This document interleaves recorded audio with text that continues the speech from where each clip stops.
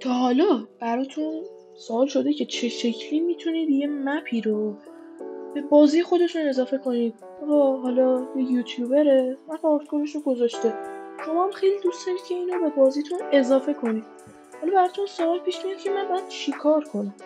اول اینکه شما باید اون مپ رو دانلود کرده باشید. به فرض مثال من این پارکور رو میخوام اضافه کنم، پارکور یه پارکور یکی شبیه تخم مرغ ساخته شده و اونو میتونید از گوگل دانلودش کنید. خب یه لحظه من اینم ببندم. خب شما لازمه که بیایید اینجا تو بخش ماد پک، حالا یا توی بخش مود، اینجا یه دکمه کرکتر، شما اسمشو هر چیزی که دوست دارید مینویسید، ولی حالا اینجاش یکم مهمه.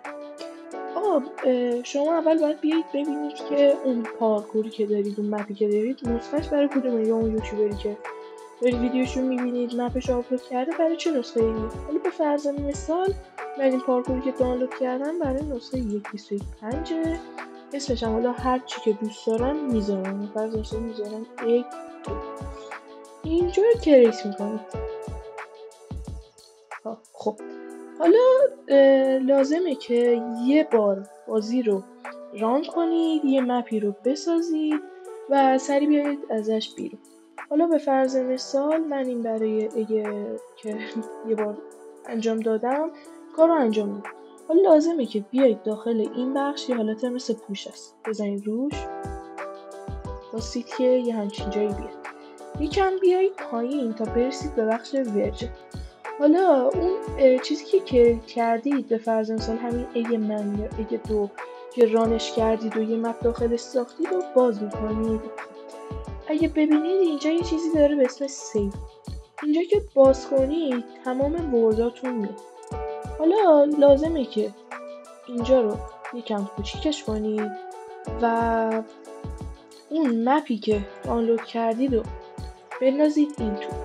اگه توی حالت زیپه شما لازم دارید که اینو یه بار استرکت کنید و همینجا هم باید استرکت بشه، توی جای دیگه نباشه. ببینید استرکتیه رو میزنید و وای میستید که استرکت بشه. حالا این فایل رو یا میتونید درارید یا میتونید بذارید بمونه، اصلا فرقی نداره. در کل الان مپ اضافه شده و حالا من بازی رو ران میکنم که شما حتی یه بار ببینید. بذارید بیاد. حالا ران شد، داره ران میشه. و اگه دوست دارید این آموزش رو برای ماینکرافت بدراک هم بذارم حتما بگید.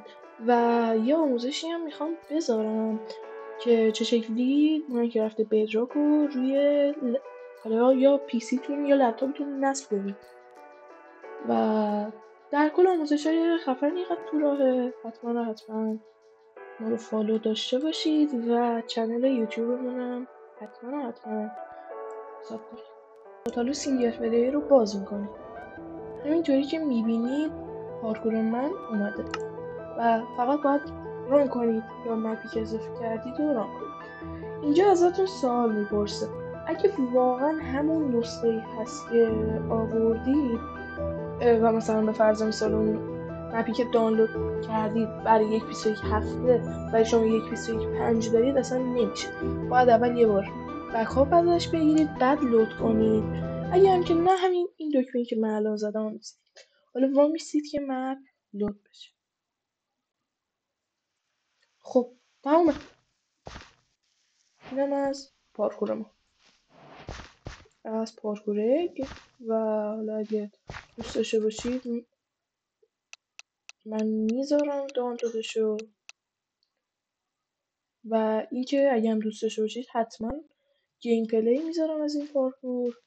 و همین دیگه، این بود از آموزش. امیدوارم لذت برده باشید. تا ویدیو دیگه، فعلا.